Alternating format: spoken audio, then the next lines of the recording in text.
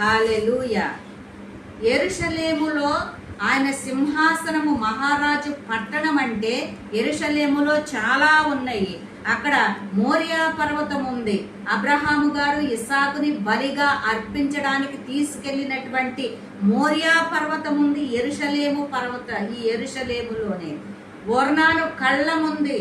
ఈ దావీదు గారికి మరి యొక్క శ్రమలు వచ్చినప్పుడు దేవుడు ఆ యొక్క ఓర్నాను కళ్ళాన్ని దావీదు డబ్బులకు కొని ఆ స్థలంలో బలిని అర్పించినటువంటి ఆ యొక్క స్థలము యెరూషలేములో ఉంది. మరి సొలొమోను గారు కట్టించినటువంటి దేవాలయము ఈ యెరూషలేములో ఉంది. యేసయ్య పుట్టినటువంటి బెత్లెహేము ఈ యెరూషలేములో ఉంది.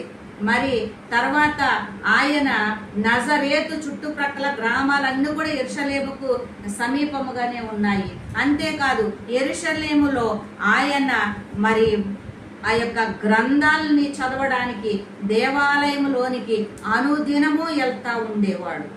ప్రతి విశ్రాంతి దినమున వెళ్ళి దేవాలయములో ధర్మశాస్త్రాన్ని బోధిస్తూ ఉండేవాడు యేసయ్య.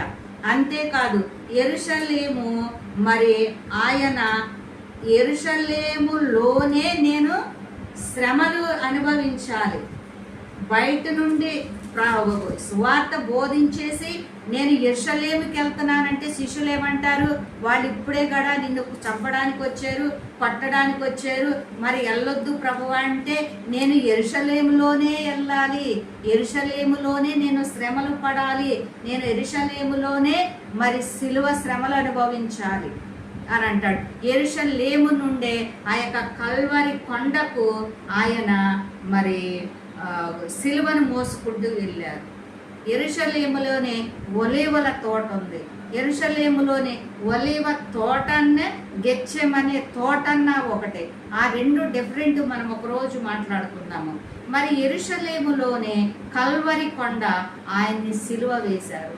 మరలా రానయున్న దేవుడు ఒలీవ కొండ మీదకి ఎలాగూ అపోస్తల కార్యాలో ఆరోహణమయ్యాడో మరలా అలానే యెరూషలేములో ఒలీవ కొండ మీదకి ఆయన వస్తానని వాగ్దానం చేశాడు. యెరూషలేము యొక్క మరి ఇంత ప్రశస్తమైనటువంటి పట్టణము కాబట్టి యెరూషలేము మరి ఆ యొక్క మహారాజు పట్టణము కాబట్టి యెరూషలేము ఆయన క్షేమము కొరకు ప్రార్థన, యెరూషలేము యొక్క క్షేమము కొరకు ప్రార్థన చేయమని చెప్పి అక్కడ మాట్లాడుతున్నాడు అన్నమాట. దావీదు గారు మాట్లాడేడనేది మనం అనుకుంటాం, కానీ పరిశుద్ధాత్మ దేవుడు యేసు ప్రభు ఆనాడు నుండి